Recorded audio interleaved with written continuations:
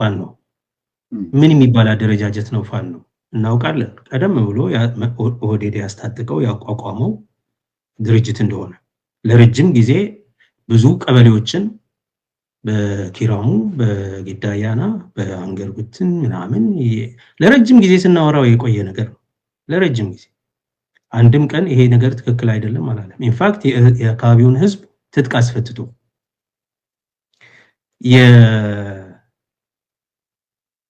የኦሮሚያ ልዩ ኃይልንና የፌደራል ጦርን አስወጥቶ ለጥቃት ሲዳርጋቸው እንደነበረ ይታወቃል ምክንያቱም ሸኔን ማጥፊያው መንገድ ነው ብሎ ስለሚያምን አሁን ያው ቡድን ከሱ ጋር ሲጣላ በዛው መስመር በተጠናከረ አኳኋን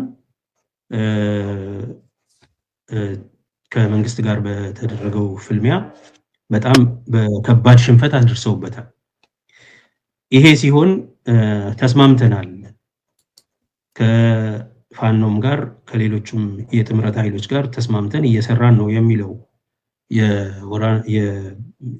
የወቦ መሪዎች ነን የሚሉት በዚህ የተሳተፈን ነው የሚሉት ማለት ነው አብዛኛው የሰራዊቱ አዛዦች አያውቁም ይሄንን አልተነገራቸውም የተነገራቸው ደግሞ ሌላ ነገር ነው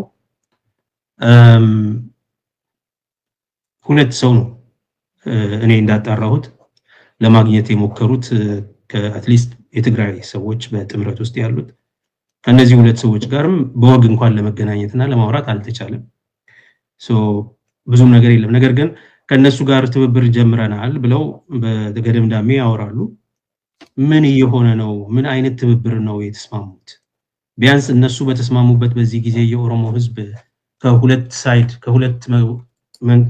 ከሁለት በኩል መወጋት ሊቆምለት አይገባም ነበር ቢያንስ በዚህ ጊዜ ቢያንስ ከዛ በኩል በሚመጣ ፋኖ መወጋቱ አይቆምም ነበር ምንስ ያደረጉ ነው የሚለውን የተጠያቂነትን ጉዳይ አስነስቷል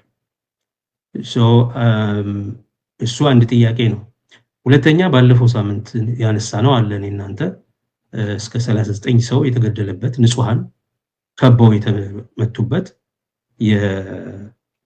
የወለጋ ፋኖ የሚባል ድርጅት ጥቃት እንዳደረሰ ይሄን ትክክል እንዳልሆነ ስንገልጽ ነበር አሁንም የሚቀጥለው እንደዚህ ያለው ሲቪሊያንስ ላይ የሚደረገው ጥፋት ነው ሲቪሊያንስ ላይ ሰላማዊ ህዝብ ላይ የሚፈጸመው ጥፋት ለምንስ ነው ዝም የሚባለው እስከመቼስ ነው ዝም የሚባለው የሚለው ሲሪየስ ጥያቄ ነው በሌላ በኩል ውጭ ሀገር ያሉት የፋኖ ደጋፊዎች የፋኖ አለቀባይ ምናምን ከመንግስት ጋር ይሄው ወለጋ ውስጥ እኛ ፋኖዎች የወለጋ ፋኖ ቢዛሞ ምናምን ተዋግተን ይሄንን ድል አስመዝግበናል አንጸባራቂ ድል ምናምን እያሉ ይናገራሉ አንዳንድ የኦሮሞ ምሁራን ደግሞ የለም ይሄ ፋኖ አይደለም አሁን የወጋው ራሱ መንግስት ያቋቋመው ፋኖ ነው እና አስረስ ማረ የመንግስት ፋኖ ናቸው ምናምን ሊሉን ይሞክራሉ and I think መንግስት ያቋቋመው ራሱ ከሌላ ቦታ ይምጣ እነዚህ ቡድኖች በምንም አግባብ የኦሮሞን ህዝብ ማሰቃየት መብታቸው አይደለም በምንም አግባብ ሰላማዊ ህዝብን መበደል መብታቸው አይደለም በምንም አግባብ እንደዚህ አይነት ወንጀልና ግፍ ከፈጸሙ ተጠያቂ መሆን አለባቸው ከእንደነዚህ አይነቶች ደግሞ ጋር ትብብር አደርጋለሁ የሚለው የኦሮሞ ቡድን ራሱን መጠየቅ አለበት ለህዝቡም ማብራሪያ መስጠት አለበት ጥፋቱንም መቀበል አለበት በምን አይነት አግባብ ነው ተስማምተናል በሚሉበት ጊዜ በዛ ክልል ውስጥ እንዲህ አይነት ጥፋት የሚደርሰው የሚለውን ማለት ነው እና ይሄ አሳዛኝ ነገር ነው ስለዚህ አሁን ባለንበት ሁኔታ የከተማውና የጫካው ፋኖ እየተናበበ የኦሮሞ ህዝብን መንግስት ከሚያደርስበት የዘር ማጥፋት የታወጀ ጦርነት እስካሁን ያልተመለሰ በተጨማሪ በየቀኑ እንደዚህ አይነት ጥቃት የሚያደርሱበት ከሆነ እንዲህ አንድ ሳምንት የወረት ጫጫታ ሳይሆን በቋሚነት በዘላቂነት በውስጥ ያለው ህዝብ እንኳን ታፍኖ የቀረ ቢሆን በውጭ ያለው ህዝብ በተደራጀ አኳኋን መልክ ባለው አኳኋን ወጥነት ባለው አኳኋን እስካሁን ከነበረው በላይ ተጠናክሮ እየተሰባሰበ አገር ውስጥ ለሚደረገው ትግል አስተዋጽኦ ማበርከት ይገባዋል ብቻም አይደለም በውጭ ሀገር የአድቮኬሲ ስራውን መስራት መጀመር አለበት። በውጭ ሀገር የዲፕሎማሲ ስራውን መስራት መጀመር አለበት። ሚዲያዎች የአድቮኬሲ ስራቸውን የማጋለጥ ስራቸውን በተባበረ ክንድ አንድ ላይ ተባብረው እንደ ኦሮሞ ሚዲያ ተቋማት ድምጽ መሆን አለባቸው። ይሄ ነገር እነሱን ከጫካ እስከ ከተማ ያስተባበራቸው ከሆነ ኦኬ ከጫካ እስከ ከተማ እስከ ዓለም ድረስ ጥግ ድረስ ያስተባበራቸው በኦሮሞ ህዝብ ላይ ቡሊንግ እንዲያካሄዱ ይሄ ነው የሚሉት መብት ሳይኖራቸው አሁን ትናንትና ሳይ ነበር ሬድ ስታር ሬድ ምንድነው ሬድ ኮድ ምናምን እያሉ ሚዲያ ላይ እየወጡ ያወራሉ። ሬድ አለርት ጄኖሳይድ እየተፈጸመ ነው ኢትዮጵያ ውስጥ ምናምን። ጄኖሳይድ የሚለው ቃል ዋጋ እንዲያጣ ያደረጉ ያሉት እነዚህ ሊቃን ናቸው። ሲያደርጉት ዝም ብለው ቆይተው ወዲያውኑ የአማራ ክልል ጋር ጦርነት ሲጀመር የአማራ ጄኖሳይድ ምናምን እያሉ መንጫጫት ጀመሩ። and አሁን ደግሞ ይሄው ጄኖሳይድ እየተፈጸመ ነው በአዲስ አበባ የሚያውጁት ጦርነት በኦሮሞ ላይ እነሱ ኦኬ at the same time ደግሞ በኦሮሚያ በከተማ ውስጥ የዘር ማጥፋት ሊፈጸም ነው ብለው ደግሞ አለርት የሚጠሩት እነሱ። ይሄን እያያችሁ የኦሮሞ ሚዲያ ተቋማት በትብብር በአንድ አይነት ድምጽ ሁኔታዎችን እየተከታተላችሁ ማጋለጥ ለህዝቡም ድምጽ መሆን እና አስፈላጊውን የአድቮኬሲ ስራ የሁማኒቴሪያን እና ሁማን ራይትስ አድቮኬሲ ስራ መስራት ይገባችኋል ብዬ አስባለሁ። ህዝቡ አሁን በተለያዩ ከተሞች በተለያየ አደረጃጀት ታውን ሆል ሚቲንግስ በማድረግ ሰፋፊ ዘመቻዎችን ለመጀመር እየተዘጋጀን ነው። ያንን እናደርጋለን በዚህ በውጭ ሀገር። በአገር ውስጥ ያለው ብልጽግና ቦታውን አሳይተውታል፣ ቦታውን ነግረውታል። they put them in their place። ስለዚህ ምን አይነት እርምጃ መውሰድ እንዳለባቸው ወደ ራሳቸው እንዴት መመለስ እንዳለባቸው ከህዝባቸው ራሳቸውን ማራቅ ሳይሆን ወደ ህዝባቸው መመለስ እንዳለባቸው ሌሎችን ለማስደሰት የኦሮሞን መብት መካድ እንፍኔ ኦሮሞ አይደለችም የብሔር ብሔረሰቦች ነች ከሁለት ሳምንት ከሁለት ወር በፊት ሲሉ የነበሩ ሰዎች አሁን ቦታቸውን ያወቁ ይመስለኛል። ስለዚህ መብትህን ለስጦታ በስጦታ በማበርከት አትወደድም፣ አትከበርም። መብትህን ይዘህ ደግ አይደለም ይሄ ሰውዬ ክፉ ነው ወይ ተብለህ ግን ብትከበር ይሻላል። መብትህን ይዘህ ፍቅር ቀርቶብህ መከበር ይሻላል። እና ይሄንን ካወቃችሁ በሚገባ መብቱን መደራደሪያ ሳታደርጉ ፖለቲካችሁን መስራት ትችላላችሁ። እዛ ፖለቲከኛ ነን የሚሉት ማለት ነው። እኛ ደግሞ ከፖለቲካ ያለፈ ከስልጣን ያለፈ የመብትና የፍትህ ታሪካዊ የትግል ጥያቄ ያለን የምንለው ደግሞ እነሱንም ጭምር እንዋጋለን ነፃነታችን እስክናገኝ ድረስ። ግን ቢያንስ ፖለቲካቸውን ሲጫወቱ የሚሸጥና የማይሸጠውን መብት የሆነውንና መብት ያልሆነውን መለየት አለባቸው። በስልጣን ተደራደሩ፣ በጥቅም ሌላ የኢኮኖሚ ጥቅም ተደራደሩ። በመብት ግን ልትወስኑ አትችሉም። መብት በመስጠት እናንተው ትሰደባላችሁ እንጂ ምንም ነገር አታተርፉ ሊባሉ ይገባል። ይሄን ካወቁ አንድም የራሳቸውን አሰላለፍ ቁመና ማስተካከል፣ ለብሔሮች መብት አንታገልም፣ የብሔሮች መብት ተመልሷል፣ ኦሮሞ ህዝብ ነፃ ወጥቷል፣ ምንም ጥያቄ የለውም ምናምን የሚለውን ትታችሁ አንገትህ ላይ የቆመ እዚህ መኖር የለብህም የሚልህ ባላንጣ ነው ፊትህ ያለው። ህዝብህን ለካራ ያዘጋጀ ሌሎችን ለማስደሰት መንቀሳቀስ ትርጉም ስለሌለው ያልተመለሱ ጥያቄዎችና ብሶቶች እንዳሉ አውቀህ ወይ ራስህን ቀይረህ ከህዝብ ጋር ራስህን አስጠግተህ መስራት ወይ ደግሞ ያንን ድርጅት እንዲሁም አፈርሰህ ትተህ ከእውነተኛ የትግል ጥያቄ ካላቸው የኦሮሞ ልጆች ጋር መቆም ይሄ አማራጭ ይሆናል ብዬ አምናለሁ። እና በዚህ አካሄድ በዚህ አይነት ቢታይ ጥሩ ይመስለኛል። ጥሩ መጨረሻ ላይ እስኪ ዶክተር ጸጋዬን ሳናነሳ ባንድ ጥሩ ይመስለኛልና አሁን እዚህ ላይ ዘመነ ካሴ መባል የፋኖ መሪ በዛም ላይ አሁን ከጽምዶ መሪዎችም አንዱ ነው እየተባለ ነው ያለውና በዚህ በሰጠው በፍሬንች ላንጉጅ ዴይሊ ኢን ሬር ኢንተርቪው ዊዝ ስዊስ ፍሬንች ላንጉጅ ዴይሊ በሚለው መጽሔት ይመስለኛል አዲስ ስታንዳርድ ባወጣው ላይ የወለጋ ውስጥ የምንቀሳቀሰው ፋኖ የነሱ የአማራ ውስጥ የምንቀሳቀሰው የፋኖ አጠቃላይ አካል መሆኑን ነግሮናል።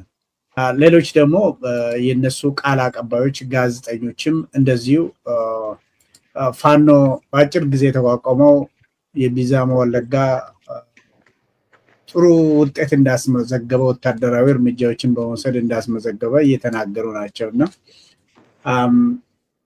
የነሱን ነገር አንስቼ መከራከር ሳይሆን ብዙውን ጊዜ የወለጋ ፋኖ ወይ ደግሞ ኦሮሚያ ውስጥ ያለው ፋኖ እና አማራ ክልል ያለው ፋኖ የተለያዩ ናቸው የሚሉ ወገኖች አሉ።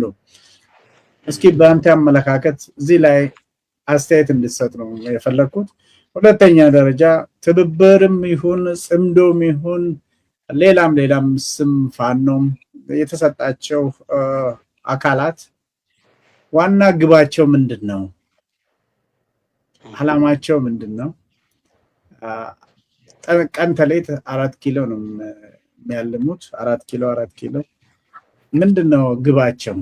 እዛው እነኚህ ሁለቱን አንድ ላይ አጣምረህ ባጭሩ ብትገልጽልን። መልካም። ወለጋ ያለው ፋኖ የፋኖ አካል አይደለም፣ መንግስት ያቋቋመው የመንግስት ፋኖ ነው፣ ሽፍታ ነው። ምናልባት በቅርቡ ደግሞ ከአብይ ጋር ይታያል ምናምን የሚል አሉባልታ አለ። የፋኖ መሪ ደግሞ የጥምረቱ ሊቀመንበር ነው የሚባለው ሰው በግልጽ አንድ እዝ እንዳላቸው የተለያዩ ክፍለ ጦሮች እንዳሏቸው ግን አንድ የተማከለ እዝ አንድ ኮማንድ እና ደግሞ አንድ ብሔራዊ ንቅናቄ የአማራ ፋኖ ብሔራዊ ንቅናቄ የሚባለው አንድ ብሔራዊ ንቅናቄ እንደሆነ በግልጽ አስቀምጧል። አስረስ ማረ የቃል አቀባይ ሆኖ የትናንትናውን በወለጋ የነበረውን እንቅስቃሴ ሲናገር የፋኖ አንዱ ክፍለ ጦር የፈጸመው ጀብድ እንደሆነ አድርጎ ነው ያስቀምጠው። ስለዚህ ሌሎች የለም ይሄ መንግስት ያቋቋመው የሽፍታ ቡድን ነው ምናምን የሚሉ ከሆነ ከባለቤቱ ያወቀ ቡዳ ነው ስለሚባል ከባለቤቱ የበለጠ እንደማያውቁ ማሳሰብ ብቻ ነው የሚያስፈልገው። ከዚህ ባለፈ ግን ጥምረቱ ምንድነው፣ ግቡ አላማው ምንድነው የሚለው ጥምረቱ ገና በንድፈ ሐሳብ ደረጃ ነው እንጂ በተግባር በተጨባጭ መሬት ላይ ያለ አይደለም። ጥምረቱ አብይን የሚቃወሙ ኃይሎች የሚተባበሩበት መድረክ ነው የታሰበው ማለት ነው። ይሄ ቀደም ሲል እንዳልኩት ቢያንስ ሰላም ላይ ያተኮረ መናበብ በኢትዮጵያ የፖለቲካ ኃይሎች መካከል ያስፈልጋል ስንልና ስናንቀሳቀስ ስለነበረ በዛ አይን ከታየ ትክክለኛ ነገር ነው። ሁሉም የፖለቲካ ኃይሎች ሚኒማል ፕሮግራም አድርገው ለሰላም የሚደረግ ትግል በጸረ ሰላም ኃይል ላይ በሚል መናበብ አድርገው ቢሄዱ መልካም ነው። ግን ከዚህ ባለፈ ግን 2-3 ነገሮችን በደንብ በጥልቀት መያዝ አለባቸው። አንደኛ የመጨረሻ ግባቸው ምንድነው? መንግስትን መጣል። ከዛስ ነው መንግስትን መጣል መቼስ በራሱ በቃ መንግስት ጥለህ እዛ ሀገር አናርኪ እንዲሆን አይደለም። መንግስት ጥለህ ከዛ ምንድነው የምታደርገው የሚለው ላይ አንዳንድ በአገር ቤት በመሬት ላይ ይሄንን ጥምረት ከሚፈልጉ ሰዎች ጋር እና የጥምረቱ ባለቤት ከሆኑ ሰዎች ጋር ስነጋገር የገባኝ ነገር ጥልቀት ያለው ነገር የለም። በተለይ ደግሞ ኦፐሬሽናል የሆነ ኮኔክሽን ከተወሰኑ ኃይሎች ጋር ተጀምሮ ይሆናል።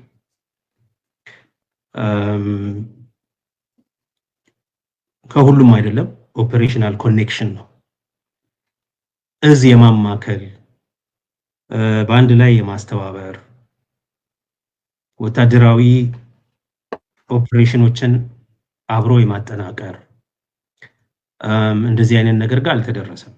ከሱ የበለጠ አንገብጋቢው ነገር የፖለቲካ ግቡ አብይን ከመጣል ባሻገር ምንድነው የሚሆነው የሚለው ላይ ጥልቅ የሆነ ነገር የተሰራ የለም። እንደምታውቀው በኬንያ ናይሮቢ የዚህ ጥምረት አስተባባሪ ነን የሚሉ በውጭ ሀገር ያሉ ተሰብስበው ስለ ሽግግር መንግስት ምናምን እንደተወያዩ እንደ ጊዜያዊ መንግስት ምናምን እንደተወያዩ ሲገልጹ ነበር።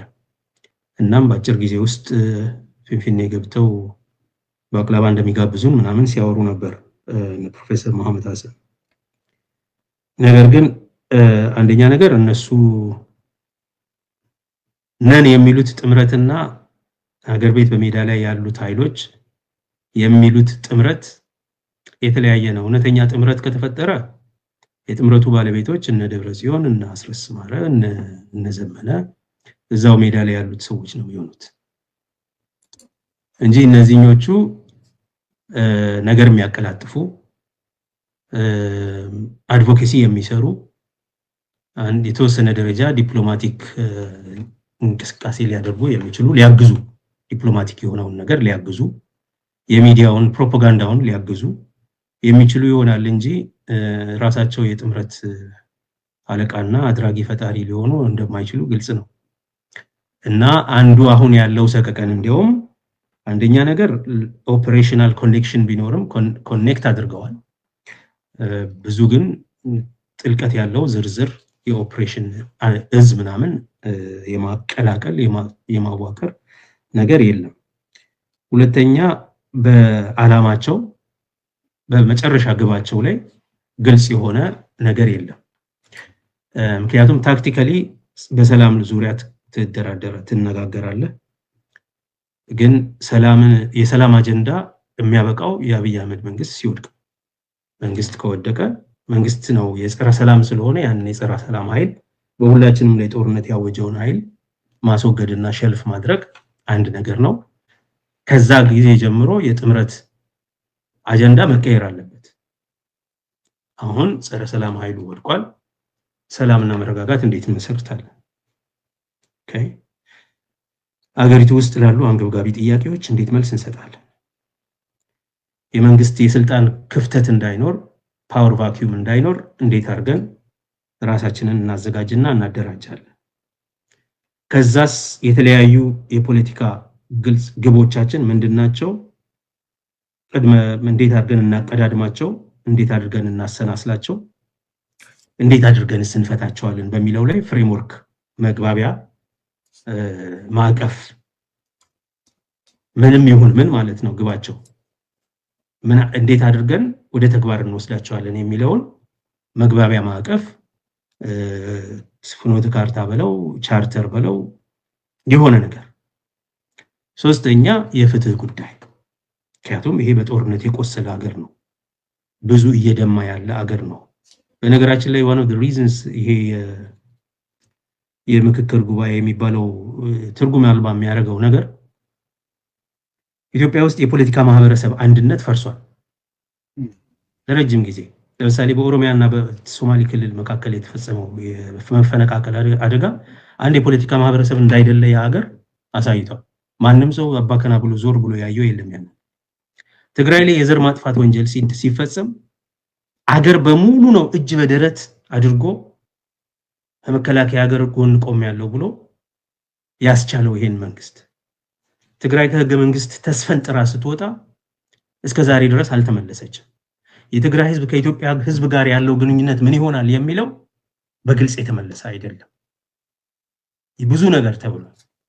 ስለዚህ የፖለቲካ ማህበረሰቡ እኮ ትግራይንና ኢትዮጵያን የሚያገናኘው አንድ ነገር የፕሪቶሪያ ስምምነት ነበር። እሱን ትተው አሁን በድሮን ነው የሚነጋገሩት፣ በድሮንና በኢትዮጵያ ኤርላይንስ። ግን ዶክተር ጸጋዬ እስኪ ሰዓቴ ስለሄደ ለማሳጠር ወለጋ ላይ ህዝቡን አሁን እየጨፈጨፈ ሰሞኑን ታያለ፣ ህዝቡን እየገደለ ያለው ጥምረት ወይ ደግሞ ፋኖ የጥምረቱ አካል ነው።